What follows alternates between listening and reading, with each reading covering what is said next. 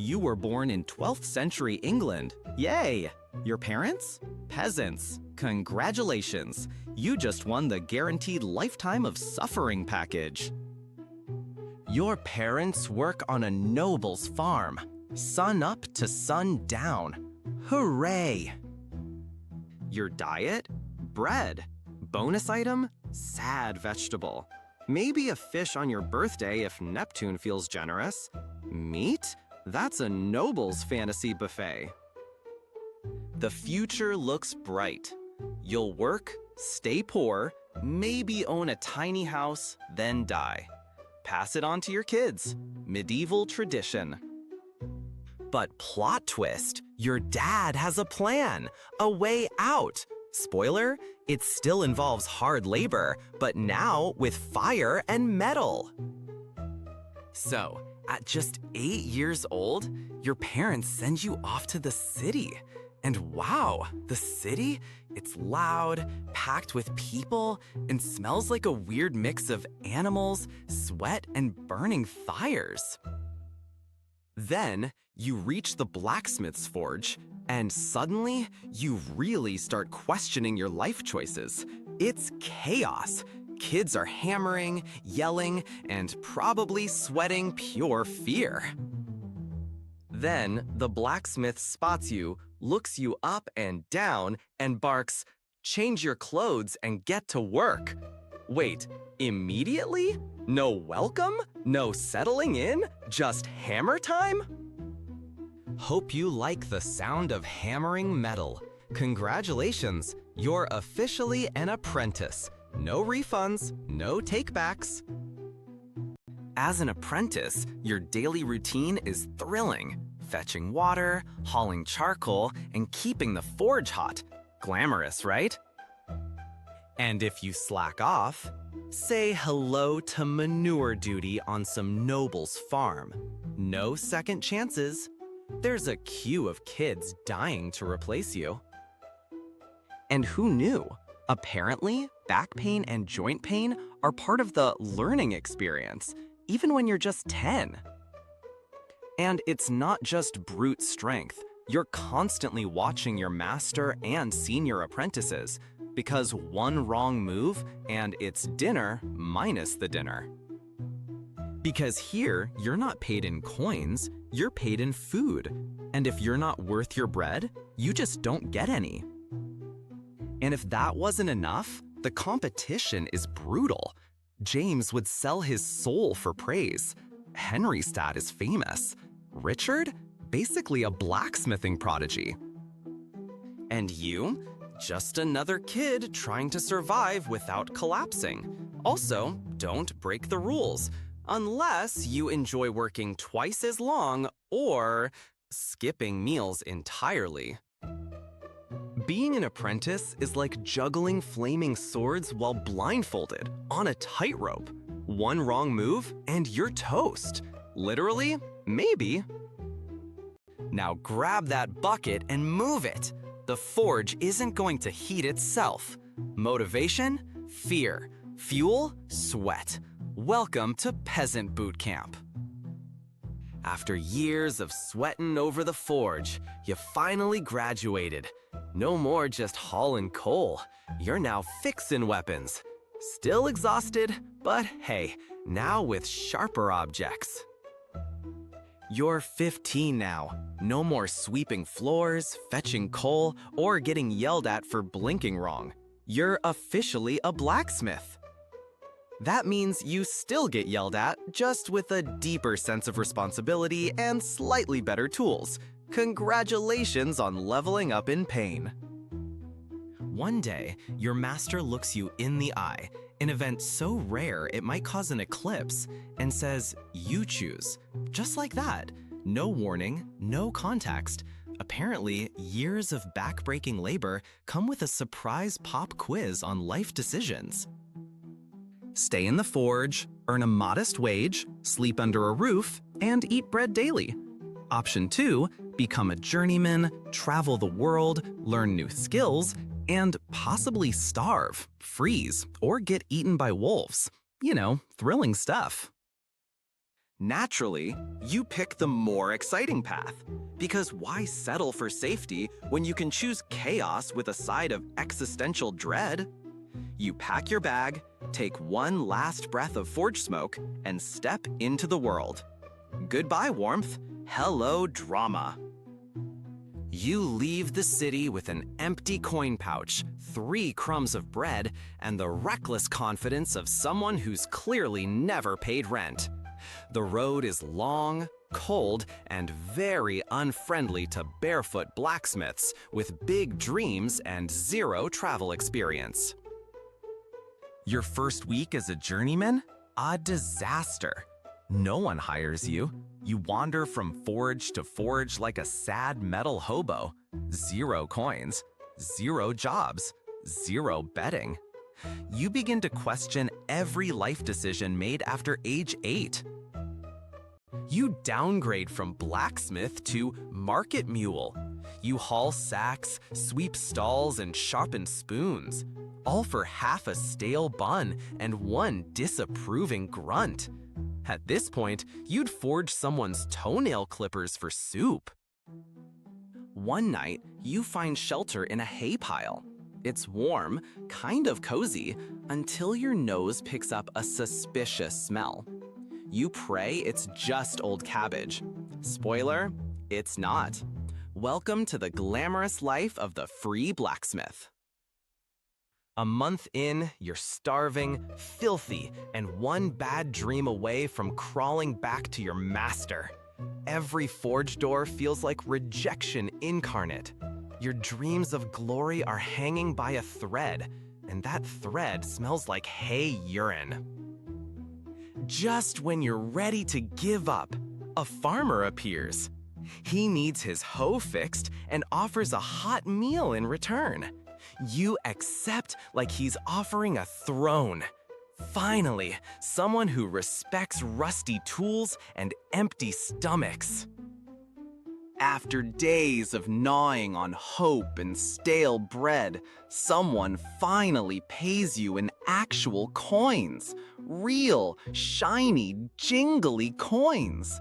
You hold them like sacred relics, then immediately hide them like a medieval dragon guarding his life savings. Then another job comes, then another.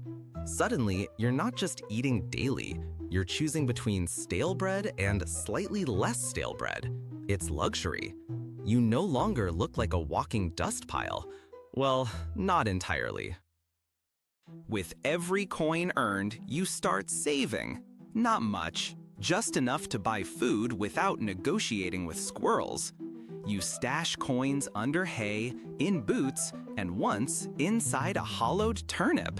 Hey, banks aren't a thing yet. You travel town to town, learning new forging techniques. Curve here, twist there, smash with extra flair. Every blacksmith you meet teaches you something, mostly how not to burn your eyebrows off while trying to look cool. In every town, you leave behind a piece of work so unique that people start talking. Did you see the fork with spikes? What about the spoon sword? Congratulations, you're now a legend of mildly confusing tools. You return to the city like a sweaty, soot-covered hero. People whisper your name. You're no longer that lost apprentice. You're the guy who forges spoons that could kill. It's fame. Sort of. Now you've got clients, lots of them. Nobles with shiny armor, mercenaries with no shirts, even generals with mustaches that look like swords.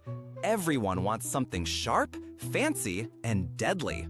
You nod, smile, then scream internally. None of them bargain. They order. You obey. Refuse? You might wake up in a river. So you smile and start forging whatever madness they ask for, battle teacups included. Then war breaks out. Suddenly, you're not just a blacksmith, you're a national asset. Kingdoms need swords, lots of them, and you're the guy with the anvil. Congrats, you're now part of military logistics. Someone wants to kidnap you. Forge forever. No breaks, no pay. Just iron chains and anvil slavery. You do the smart thing. Grab your tools, fake your death, and disappear like a soot-covered ghost. You vanish for a month. No forge, no fire, just moldy bread and rainwater served in a broken helmet. You survive by sheer willpower, bad hygiene, and the occasional squirrel-related negotiation. When the chaos dies down, you return. Older, wiser, and significantly smellier. You're 22 now, not that kid with the hammer anymore. You're that guy who might have survived a dragon fight. Same hammer, new aura. A powerful lord hires you immediately. First order, build your own forge. You sketch blueprints on toast, but it works. Soon, your custom-built anvil temple is the hottest thing in town, literally and figuratively. You move into a new home, so fancy even your dreams feel poor. Wine flows, food overflows, servants glide around like ghosts, and your socks, matching. Childhood you is crying tears of luxury. Everything you dreamed as a starving apprentice is now real. A forge of your own, gold in your pouch, a bed that isn't made of straw. You've made it, and you didn't even need to marry a princess. Amazing! But there's a catch. Your lord wants weapons. Thousands of them, non-stop. Swords, axes, pointy stuff for stabbing. You thought success meant rest? Nope. It means forging until your dreams clang like anvils. You can't do it alone, so you hire other blacksmiths, apprentices, interns, one guy who only knows how to sharpen spoons. It's not a team, it's a forge army, and somehow it works. The forge becomes a machine. Metal goes in, weapons come out. You work day and night. But hey, at least the food's hot, your socks match, and nobody's making you sleep in hay anymore. Your name spreads like wildfire. From taverns to castles, people whisper, "He forged the sword that sliced 3 pumpkins in one swing." You're not just a blacksmith now, you're folklore with muscles. You did it. You're the most legendary blacksmith in England. Kids dream of being you. Nobles fear disappointing you. Even your old master sends you letters that start with, "Dear Sir." The war ends. Peace arrives. And so does something far scarier, bureaucracy. Suddenly, everything needs permits, stamps, signatures, and 3 copies. Welcome to the age of paperwork. You miss swords already. The city creates the Blacksmith Guild. It comes with rules, meetings, and the dreaded phrase, fiscal accountability. You don't know what that means, but it definitely doesn't involve hammering things. The forms, the meetings, and the politics. But you support the guild with everything you've got. Because deep down, you know future blacksmiths shouldn't have to fight the same battles you did. Then the unthinkable happens. They vote you guildmaster. Suddenly, you're not just a blacksmith, you're a politician. Your forge, now a very smoky office. Your hammer, still useful for slamming tables. Congratulations! You now spend more time in meetings than at the forge. Nobles want favors, smiths want raises, and you just want 10 quiet minutes and a sandwich. Too bad, here comes another scroll. Your new enemies? Not swords or fire, but nobles, backroom deals, and endless power games. You miss the days when a broken hammer was your biggest problem. Now it's politics with extra drama and zero anvils. But you keep going, because you remember being that starving kid who slept in hay and sharpened spoons for soup. Now you carry the weight, so others won't have to. Then it starts. A cough that won't quit, back pain that laughs at chairs, hands that tremble while lifting a spoon. You've fought metal all your life, and now your body is losing. The doctor frowns, then drops the sentence. Lead poisoning. No cure, no potion. Just a lifetime of breathing fumes, touching metal, and pushing through pain, finally catching up. You nod. You knew this was coming. Your life's work was steel, fire, and grit. But the cost, your health. The hammer that built legends is now too heavy to lift. You stare at it, smile faintly, and whisper, "Worth it." You're only 47, but for a blacksmith, that's basically ancient. Most don't make it this far. The forge takes its toll. But you're still standing. Wobbly, wheezy, and weirdly proud. You accept it. No fear, no regrets. You've lived more than most. You didn't just survive. You changed the game. From haybeds to heated halls, your journey was forged one blister at a time. You trained dozens of apprentices, some stubborn, some lazy, some accidentally set their pants on fire. But now, they're blacksmiths, damn good ones. You turned chaos into legacy. Your forge isn't just a workshop, it's the heartbeat of the city. Farmers, guards, nobles, they all passed through your doors. The town grew around your fire. And you just kept hammering. The guild you built? Still going strong. It protects blacksmiths, trains apprentices, and makes sure no kid has to trade dignity for a chunk of bread ever again. That alone makes it all worth it. Your body is fading, but the fire you lit still burns. Every clang of a hammer in town, that's your heartbeat echoing through the metal. You're no longer the flame, but you are the spark that started it all. The city is alive with hammering. Metal rings through alleys and courtyards, just like it did when you were young and hungry. You smile, realizing the forge never sleeps, and neither does your legacy. People tell your story. Kids learn your name in school.